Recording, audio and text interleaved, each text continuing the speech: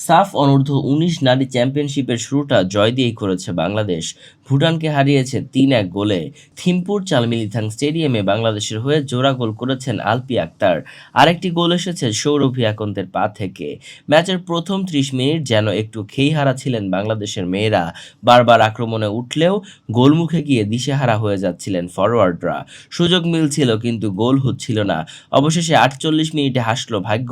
ভুটানের গোলকিপার কেলজং ওয়াগামের ভুলে সৌরভী আকন্দের গোল করে এগিয়ে দেন বাংলাদেশ।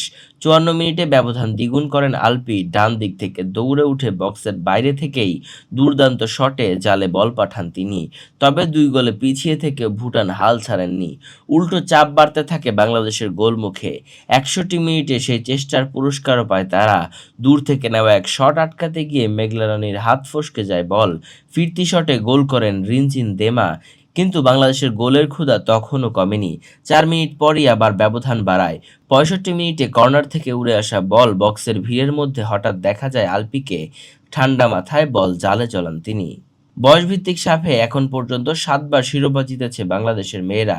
তবে অনূর্ধ্ব-১৭ পর্যায়ে এখনও ট্রফি ওঠেনি হাতে। এবার সুযোগ এসেছে সেই আক্ষেপ ঘোচানোর। ভুটানের বিপক্ষে জয় দিয়ে সেই স্বপ্নপথে এক ধাপ এগিয়ে গেল বাংলাদেশ। ৪ দেশের এই টুর্নামেন্টে বাংলাদেশ, ভারত, ভুটান ও নেপাল ডাবল লিগ পদ্ধতিতে হবে খেলা। প্রতিটি দল খেলবে অন্যদের সঙ্গে দুটো করে ম্যাচ। সবচেয়ে বেশি পয়েন্ট পাওয়া দল হবে চ্যাম্পিয়ন। পয়েন্ট সমান হলে দেখা হবে মুখোমুখি লড়াইয়ের ফল, তারপর গোল পার্থক্য। বাংলাদেশের দ্বিতীয় ম্যাচ ২২ আগস্ট ভারতের বিপক্ষে। এরপর ২৪ ও ২৭ আগস্ট ২ ম্যাচে প্রতিপক্ষ নেপাল। ২৯ আগস্ট আবার মুখোমুখি হবে ভুটানের। আর ৩১ আগস্ট টুর্নামেন্টের শেষ হবে ভারতের ম্যাচ দিয়ে। Murtuza Tanvir, news desk, Bengali mail.